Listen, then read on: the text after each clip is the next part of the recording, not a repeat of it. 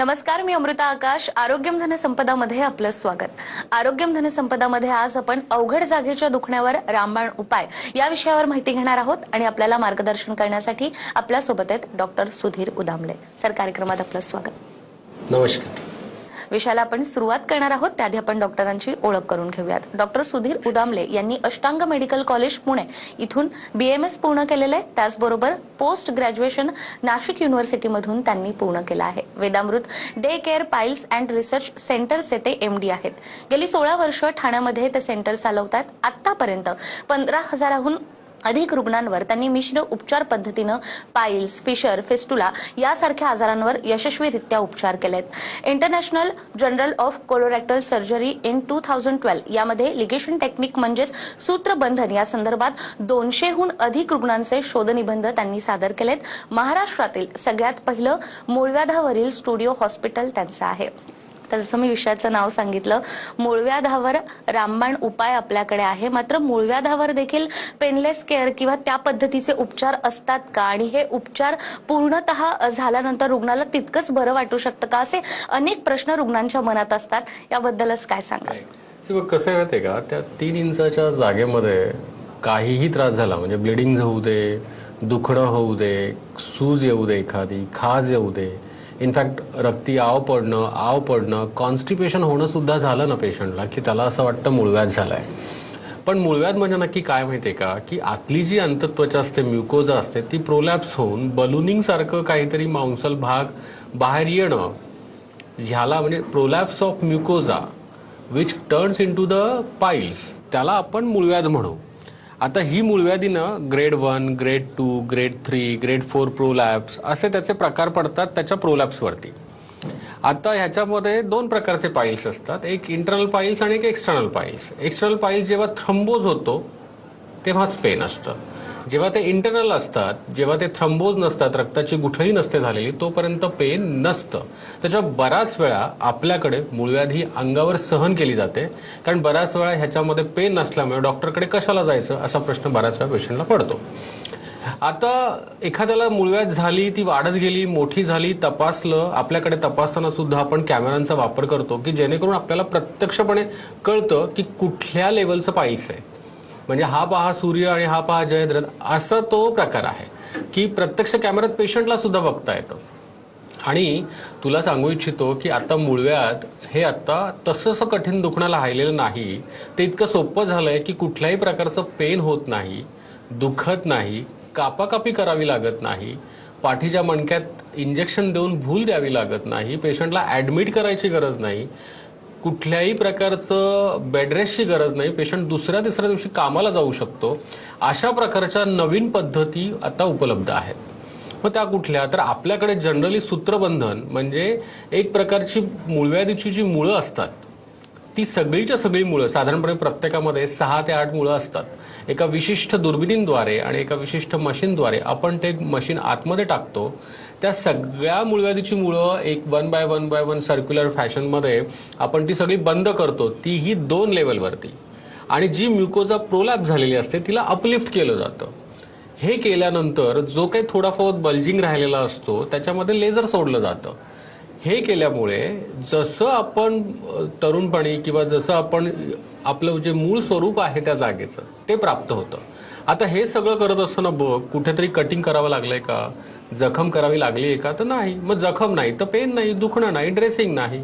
तर अशा पद्धतीने आता सूत्रबंधन आणि लेझर, कधी कधी एक आयुर्वेदामध्ये प्रतिसारणी क्षार नावाचा एक केमिकल कॉटरायझेशनचा प्रकार असतो की जो बल्ज पसरलेला पाईल्स असतो ना, त्या पाईल्सच्या ते लावलं जातं आणि ते लावून ते क्लीन केलं जातं. की क्लीन केलं की त्याचं फायब्रोसिसमध्ये रूपांतर होतं आणि ती जागा कायमस्वरूपी आपल्याला मूळव्याध मुक्त करता येते. तशा वेगवेगळ्या पद्धतीचे उपचार उपलब्ध आहेत. पेशंटला कुठल्या पद्धतीचा पाईल्स आहे त्याच्यावर ते डिपेंड असतं. तर जसं सीलिंग मेथड आहे, एखादा समजा लटकणारा पाईल्स असेल तर त्याला 2 चिमट्यामध्ये पकडून त्याला सील म्हणजे एक रेडिओ फ्रिक्वेन्सीची एक एनर्जी दिली जाते आणि त्याला सील केलं जातं. याच्यात पण कुठेही दुखणं होत नाही, जखम होत नाही. अगदी 6व्या-7व्या दिवशी तो पाईल्स गळून सुद्धा पडतो, हे सुद्धा पेशंटला समजत नाही. सो अतिशय पेनलेस पद्धतीची ही सगळी प्रक्रिया आहे. रुग्णांनी मूळव्याध झालं तर आता घाबरायचं नाही.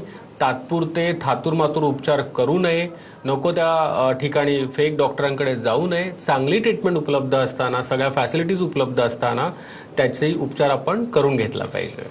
अगदीच. तुम्ही आता 2-3 टेक्निक देखील सांगितले आणि जसं तुम्ही म्हणालात की पेनलेस केअर आहे आणि कायमस्वरूपी आपल्याला हा आजार नियंत्रणात आणता येऊ शकतो आणि याच उपचारांनी मूळव्याधावर नियंत्रण मिळवलेले काही रुग्ण आहेत. आपण त्यांचाही अनुभव पाहूयात. मी राजश्री टिकले, कणकवलीवरून आले, जिल्हा सिंधुदुर्ग. मला बऱ्याच दिवसापासून म्हणजे जवळपास 12 वर्षापासून हा त्रास होत होता.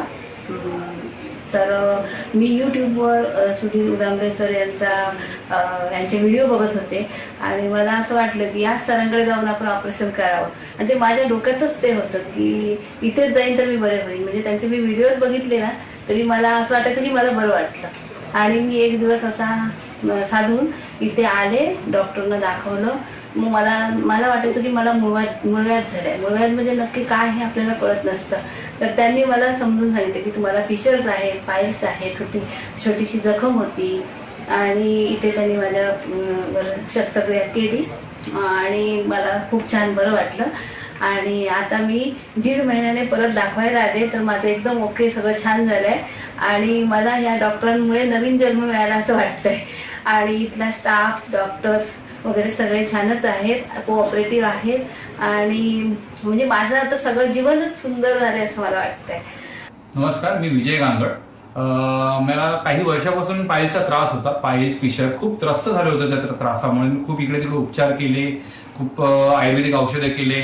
माझं पैसे वेस्ट झाले, टाइम वेस्ट झाला, पण पायल्स माझा बिलकुलही गेला नाही. तर एका माझ्या मित्रांना रिकमेंड केलं की अशा ठिकाणी एक वेदावूर म्हणून हॉस्पिटल आणि तिथे बेस्ट ट्रीटमेंट होते. म्हटलं चला आपण जाऊन बघू. तर तिथे गेलो, पाहिलं, सरांशी बोललो. त्यांनी सांगितलं की असं असं आहे, आपण अशा प्रकारे आपण ट्रीटमेंट घेऊ. म्हणजे माझी सर्जरी झाली. सर्जरी झाल्यानंतर आज 2.5 ते 3 महिने झालेले आहेत. एकदम काही मला बिलकुल त्रास नाहीये. सर्जरीसाठी मला ऍडमिट व्हावं नाही लागलं. हार्डली मी 2-2.5 ते 3 तासामध्ये घरी गेलो. पुढच्या 2 दिवसामध्ये मी जॉबला माझ्या जॉईन झालो आणि सरांनी मला एवढं छान रिकमेंड केलं आणि स्टेप बाय स्टेप कसा तुझा आजार बरा होईल, मेडिसिन्स कसे घ्यायचे, लाईफ कशी रिलॅक्स जगायची. मी खूप चंचल, खूप म्हणजे अति चंचल होतो मी, खूप मुलापेक्षा अति होतो मी. ओके, आता त्याने मला एवढं रिलॅक्स केलं की मी त्यांना म्हणजे खूप फॉलो करतो माझ्या त्या सरांना, डॉक्टरांना. ओके, आणि इथे आल्यानंतर हॉस्पिटलचं एन्व्हायरमेंट, हॉस्पिटलचा स्टाफ खूप फ्रेंडली आहे, फॅमिलियर आहे. ओके, सरांनी मला खूप म्हणजे माझी लाईफ पूर्ण चेंज केली. आणि असं कोणाला ह्या प्रकारचा त्रास असेल ना, मी पर्सनली रिकमेंड करेल, प्लीज या तुम्ही. हा त्रास याच्या पुढे काही सहन करू नका. काय की हा त्रास सहन करण्याला लाज वाटते डॉक्टरांना दाखवायला, असं बिलकुल काही वाटून देऊ नका. एकदम खूप छानपणे ट्रीटमेंट होते, स्वस्तात होते, एकदम म्हणजे कमीत कमी याच्यामध्ये होते, जे सामान्यांना सुद्धा परवडण्यासारखं आहे. ओके, तर प्लीज मी उदामले सरांना मी कोणाला त्रास असेल तर ह्या वेदांबर हॉस्पिटल आणि उदामले सर मी त्यांना रिकमेंड करतो की प्लीज तुम्ही या. तर आत्ताच आपण या रुग्णांचा अनुभव पाहिलेला आहे. फिशरच्या बाबतीत देखील माझ्या मनात प्रश्न आहे की फिशरमध्ये देखील वेदनाविरहित ट्रीटमेंट आपल्याला करता येऊ शकते का? बघ, फिशर म्हणजे काय पहिल्यांदा जाणून घेऊया. फिशर म्हणजे शिला कडक झाल्यामुळे, जुलाब झाल्यामुळे, अंगातलं रक्त कमी झाल्यामुळे, शिला खूप कुंथल्यामुळे त्या गुदद्वाराची त्वचा असते नाजूक. त्या नाजूक जागेवरती एखादं कठीण कडक झालेली संडास ती काय करते, चीर पाडून येते. ती चीर पडली म्हणजे फिशर झालं. आता सुरुवातीच्या अवस्थेत ना ही फिशर औषधांनी बरं होतं. म्हणून जर आपण लवकर डॉक्टर गाठला तर आपल्याला लगेच त्याच्यात विदाऊट सर्जरी आपल्याला बरं करता येतं. पण बऱ्याच वेळा आपल्याकडे ना अंगावर सहन करण्याचीच प्रथा जास्त आहे. मग तो सहन केला जातो, मग त्या जखमेमध्ये इन्फेक्शन होतं, ते मैला जो आहे त्याच्यात अडकतो, बरेच दिवस कमी. ह्याचं एक लक्षण असतं, थोडे दिवस बरे जातात, थोडे दिवस दुखतं, थोडे दिवस बरे जातात, थोडे दिवस दुखतं, म्हणजे ऑन ऑफ असतं. आणि मग कालांतराने काय होतं, एक स्किन टॅग जो मूळव्याधीसारखा दिसतो असा स्किन टॅग बाहेर येतो. कधी कधी त्या जखमेमध्ये इन्फेक्शन होऊन तिथे पस होतो, त्याचं रूपांतर फिस्टुलामध्ये होतं. असे सगळे प्रकार घडत राहतात. युजली पेशंट आमच्याकडे खूप वाढलेल्या अवस्थेत येतो, मग आपल्याला प्रोसिजरशिवाय पर्याय राहत नाही. मग अशा वेळेस पेनलेस पद्धतीने कसं बरं करायचं ह्या पेशंटला, तर करता येतं.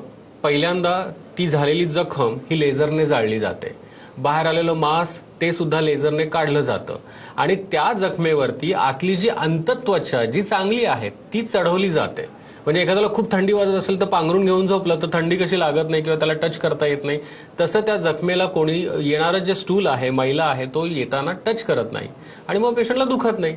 शिवाय कसं आहे की ह्या जखमेमुळे जी जागा छोटी झालेली असते, जी टाईट झालेली असते, तिला स्पिंक्टरोलायसिस नावाचा एक प्रकार आहे की ज्याच्यामध्ये अंगठ्याचा वापर करून त्या जागेला आपल्याला रिलॅक्स करता येतं, लूज करता येतं की जेणेकरून ती जागा छोटी जी झालेली असते, कॉन्ट्रॅक्ट जी झालेली असते ती नॉर्मल होते.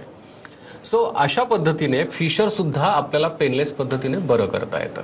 अगदीच. फक्त मूळव्याध नाही तर फिशरच्या बाबतीत देखील आपल्याकडे जी उपचार पद्धती आहे, या उपचार पद्धतीमुळे आतापर्यंत हजारो असे रुग्ण असतील जे पूर्णतः बरे झालेले आहेत. त्यामुळे फिशरच्या बाबतीत रुग्णांचा नेमका काय अनुभव आहे ते आपण थेट रुग्णांकडूनच जाणून घेऊयात. माझं नाव सुप्रिया लक्ष्मीकांत चव्हाण. मी मखमली तलाव ठाणे इथे राहत आहे. त्याचप्रमाणे मला म्हणजे पायल्स फिस्टुला असा खूप त्रास होत होता, पण मला कळत नव्हतं की काय करू. नंतर मला एका डॉक्टर प्रणिता यांनी मला सजेशन दिलं की तुम्ही डॉक्टर सुधीर उदामलेकडे जा, ते चांगली तुमची ट्रीटमेंट करतील. त्याचप्रमाणे मी त्यांच्याकडे आले. त्यांनी मला बघ चेकअप केलं. ते म्हणाले तुमचं 2-3 दिवसांनी ऑपरेशन करायला लागेल, कारण खूप हे आहे, म्हणजे त्रासाचं आहे. म्हणजे ऑपरेशन झालं, मी आता ठीक आहे. त्याचप्रमाणे त्या हॉस्पिटलमधले त्या हॉस्पिटलमध्ये त्यांचा नर्स, सिस्टर, डॉक्टर, असिस्टंट सगळा स्टाफ चांगला आहे. तुम्हाला प्रत्येक गोष्ट ते तुम्हाला विचारतात, काय तुम्हाला त्रास होतोय का, काही झालंय का, तुम्ही हे करू नका. म्हणजे काळजी आम्ही तुमची घेत आहोत. त्यामुळे तुम्ही सगळ्यांना, मी 70च्या वरील लोकांना, म्हणजे ज्येष्ठ नागरिकांना मी विनंती करते, तुम्ही डॉक्टर सुधीर उदामलेकडे जा. तुमची योग्य ट्रीटमेंट करतील आणि तुम्हाला चांगलं आरोग्य मिळेल. माझं नाव दानंद नांदव शिंदे. 10-11 वर्षापूर्वी मला फिस्टुला त्रास होता. मी डॉक्टरांना आलो. एक झाड बघितलं पेपरमध्ये, झाडाचं एक छोटी झाडाचं, त्या डॉक्टरकडे गेलो आणि त्यानंतर मला दुसरं ऑपरेशन आलं. चांगलं वाटलं एकदम. सकाळी ऑपरेशन दुपारी घरी गेलो. आता 11 वर्ष काही त्रास नाही.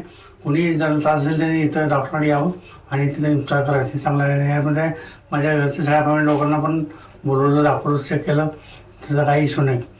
तर फिशरच्या बाबतीत डॉक्टरांकडे जी उपचार पद्धती आहे ती तर आपण पाहिली. फिस्टुलाच्या बाबतीत देखील मला हाच प्रश्न विचारायचा आहे की औषधाने फिस्टुला बरा होऊ शकतो असं तुम्ही म्हणतात. कायमस्वरूपी हा आजार बरा होऊ शकतो का, आणि त्याची जी पद्धत आहे ती नेमकी कशी?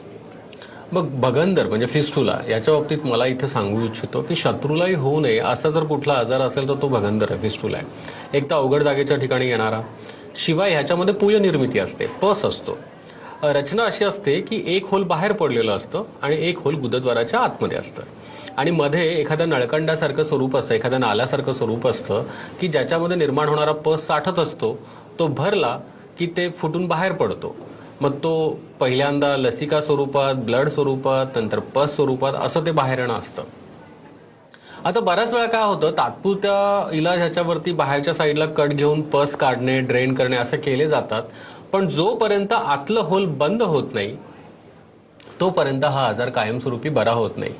बरं, हा आजार जर झाला असेल एखाद्याला तर औषधाने बरा होतो का? मी महागडी औषधं करायला तयार आहे सर, पण मला औषधाने बरं करा, असं करता येत नाही. कारण आतलं होल बंद कसं होणार, आणि जोपर्यंत बंद नाही होणार तोपर्यंत मैला किंवा जे गढू पाणी आहे, जे खराब पाणी त्याच्यात घुसत राहणार, इन्फेक्शन होत राहणार आणि फिस्टुला त्या वाढत राहणार. तो आतल्यात वाढतो म्हणून वरून कळत नाही. त्याला आतमध्ये फांद्या फुटाव्यात तसे त्याला ब्रांचेस फुटतात आणि म्हणून तो आजार वाढत जातो, कमी होत नाही. मग ह्याला बरं कसं करायचं? तर बरं करायचं असेल तर ह्याचं आतलं होल बंद झालं पाहिजे. ज्या आपल्या गुदवळ्या आहेत ज्याच्यामुळे आपल्याला कंट्रोल करता येतं त्या कट होता कामा नये, कारण त्या कट झाल्या तर कंट्रोल जाणार. शिवाय मोठी जखम नको. खूप मोठ्या जखमा झाल्या तर ड्रेसिंग करत बसा 3-3, 4-4 महिने. मग खायचं काय, कामाला जायचं कसं, असे प्रश्न. सो ह्याचा उपचार करताना आम्ही एक नवीन पद्धत शोधून काढलेली आहे की ज्याच्यामध्ये असे काही रबर बँड्स आहेत की ज्याच्यातून काही सेल्फ डिसइंटेग्रेटिंग मेडिसिन रिलीज होत राहतं आणि ते आतल्या इन्फेक्शनला कव्हर करतो. आणि नाकात कशी नथनी घालावी तसा तो रबर त्या आतल्या होलातून ठेवला जातो. बाकीचा जो रेस्ट पार्ट आहे रिंगच्या पलीकडचा त्याला आपण लेझरने जाळतो किंवा प्रतिसारणे क्षाराचा वापर केला जातो की ज्याच्यामुळे जखम होत नाही. आणि अगदी मिनिमल ऊन घेऊन आपण ह्या आजाराला कायमस्वरूपी बरं करतो. मी तुम्हाला उदाहरण देतो. बर्फाला एखादी तार गुंडाळावर आणि बर्फ आणि तार दोन्ही साईडने जर ओढले तर बर्फही वेगळा होतो आणि तारही वेगळी होते. ना बर्फ तुटत ना तार तुटत. सेम आपण ह्या फिस्टुलाच्या बाबतीत उपयोग करतो आणि ह्याच्यामध्ये खूप मोठ्या जखमा होतच नाहीत. ड्रेसिंगचा पर्याय जास्त उरतच नाही आणि फिस्टुला आपल्याकडे जे केले जातात हे कायमस्वरूपी बरे होतात कारण आतलं होल नष्ट केलं जातं. म्हणजे लेझरचा उपयोग, प्रतिसरणीय क्षाराचा उपयोग, रबर बँडचा उपयोग आणि क्षारसूत्राचा उपयोग असं कॉम्बिनेशन केल्यामुळे हा आजार कुठलीही मोठ्या जखमा न करता कायमस्वरूपी बरा करता येतो. अगदीच. तर केवळ मूळव्याध आणि फिशर नाही तर फिस्टुलाच्या बाबतीत देखील डॉक्टरांनी सांगितलंय वेळीच निदान झालं तर या आजारावर आपण नियंत्रण मिळवू शकतो आणि हेच उपचार घेतलेल्या या काही रुग्णांचा अनुभव आपण पाहूयात. हेलो, मेरा नाम अशोक कुमार है. मुझे फिस्टुला का प्रॉब्लम था. मेरा पहले भी ऑपरेशन चुका था, सक्सेस नहीं हुआ. सेकंड टाइम मेरे एक दोस्त ने एड्रेस बताया, वेदामुत हॉस्पिटल का मान पड़ा दोस्ती क्लिनिक में. मैं इधर आया तो डॉक्टरों ने पहले चेक किया तो मेरा फिस्टुला बहुत बड़ा था. बाद में लोगों ने थ्रेड थेरेपी से इसका ऑपरेशन किया, ड्रेसिंग वगैरह किया, सब कुछ किया. 3-4 महीने इलाज चला, भी मैं ठीक हूँ. डॉक्टर लोग भी सब अच्छे हैं और सिस्टर लोग भी बहुत अच्छे हैं, केयरफुल अच्छा करते हैं और अच्छा ट्रीटमेंट है इधर. तो अभी बिल्कुल ठीक है. अगर कोई किसी को कुछ प्रॉब्लम होती तो आ सकते हैं दोस्ती क्लिनिक में, वेदामुत में. हाँ, शैल कुमारी जौनपुर. मेरे पहले गांव में भकंदर हुआ, उससे मैं बहुत परेशान हुई. वहाँ पर ऑपरेशन कराया, हमको आराम नहीं हुआ. 1.5 साल से परेशान होकर तो मेरा बच्चा इधर बुलाया तो कहे चलो बड़े डॉक्टर हमको देखे. बड़े डॉक्टर बोले कोई परेशानी नहीं होगी माता जी, 70 साल की उम्र. मेरी ऑपरेशन किया, मेरे कोई दिक्कत नहीं हुआ. आज तक मेरे को आराम हो गया. डॉक्टर बोल रहे हैं बहुत अच्छा है, बहुत खुशी हमारे को है. बार बार डॉक्टर को आशीर्वाद दे रहे हैं. रुग्णांचा अनुभव आपण पाहिलाय आणि सरांनी उपचार पद्धती देखील आपल्याला सांगितली. याच मूळव्याधाबद्दल आणि या आजाराबद्दल आपण सरांकडून आणखीनही माहिती घेणार आहोत एका छोट्याशा ब्रेकनंतर.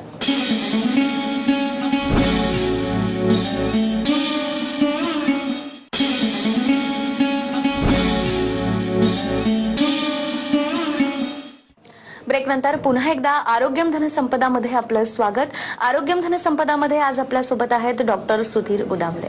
डॉक्टर, ब्रेकवर जाण्यापूर्वी तुम्ही मूळव्याध, फिशर, फिस्टुला याबद्दल सांगितलं. मात्र अनेकांना असाही प्रश्न असतो की आम्हाला मूळव्याध झालेला आहे, मग आता आम्हाला ऑपरेशन करावं लागेलच का? आणि ऑपरेशनची त्यांना फार भीती असते, तर याबद्दल तुम्ही काय सांगाल?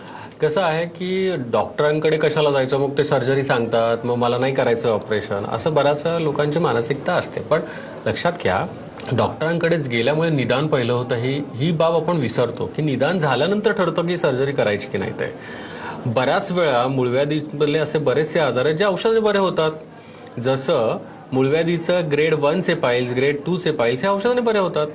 Grade 2, grade 3, grade 4, grade prolapse, thrombus piles हे औषधाने बरे होत नाहीत. त्याचप्रमाणे फिशर सुरुवातीच्या अवस्थेत औषधाने बरे होतात, पण जर त्याला टॅग आला, ते इन्फेक्ट झालं, तिथे इन्फेक्शन झालं तर ते औषधाने बरे होत नाहीत. प्रोलॅप्स म्हणजे गुदभ्रंश हे औषधाने नाही होत बरं.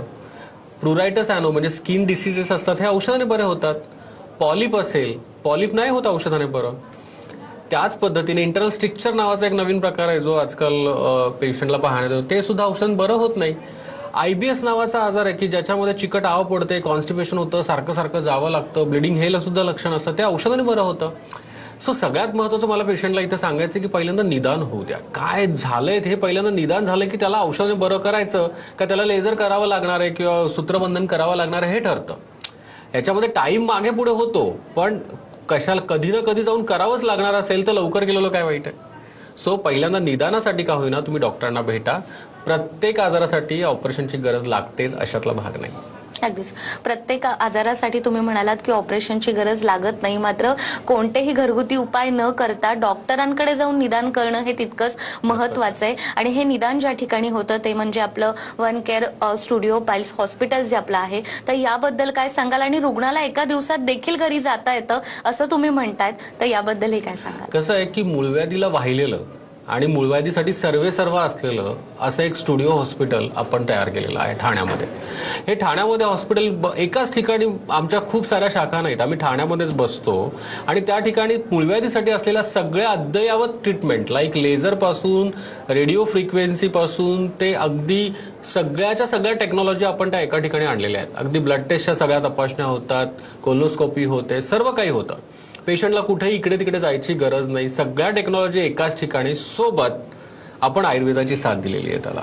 मग आहारशास्त्र झालं, त्याच पद्धतीने तुमचं जे काही हॅबिट्युएट आहेत त्या सगळ्या, तुमचा विहार, तुमचं डाएट, ह्या सगळ्या गोष्टी प्लॅन केल्या जातात. त्याच पद्धतीने काउन्सिलिंगसाठी कसं असतं, मूळव्याधीचे पेशंट थोडेसे त्रस्त असतात, मनाने थोडेसे वीक झालेले असतात, अशा लोकांसाठी काउन्सिलर सुद्धा आमच्याकडे आहेत. सो एकाच छताखाली सर्व प्रकारच्या अत्याधुनिक आणि आयुर्वेदिक अशांचा सुयोग संगम साधून सर्व फॅसिलिटींसहित अगदी मेडिक्लेमच्या फॅसिलिटीज सुद्धा आपल्याकडे अवेलेबल आहेत. असं आपण एक हॉस्पिटल तयार केलं आणि त्याचा सगळ्यांनी रुग्णांनी लाभ घ्यावा. आणि आम्ही हॉस्पिटल बनवताना त्याला हॉस्पिटलचा लुक दिलाच नाहीये, ते एखाद्या मंदिरासारखं बनवलेलं आहे, एखाद्या हॉटेलसारखं बनवलेलं आहे. So people will find out की अरे मूळव्याधीचं इतकं छान हॉस्पिटल कसं काय. So patient should visit that. अगदी सर, डॉक्टरांनी सांगितल्याप्रमाणे अवघड जागेचं दुखणं, मूळव्याध, फिशर फिस्टुला यावर रामबाण उपाय डॉक्टरांकडे आहेत. आणि याच उपचारांबद्दल तुम्हाला माहिती हवी असेल तर स्क्रीनवर तुम्हाला नंबर दिसतोय, या नंबरवर संपर्क साधून लवकरात लवकर तुम्ही डॉक्टरांचं मार्गदर्शन घेऊ शकता. डॉक्टर, खूप खूप धन्यवाद की आज तुम्ही इथं आलात आणि इतक्या महत्त्वाच्या विषयावर आम्हाला मार्गदर्शन केलं. धन्यवाद. त्याचबरोबर आरोग्यम धनसंपदामध्ये वेळ झालीये इथेच थांबण्याची. पुन्हा भेटूया नव्या विषयासह. तोपर्यंत नमस्कार.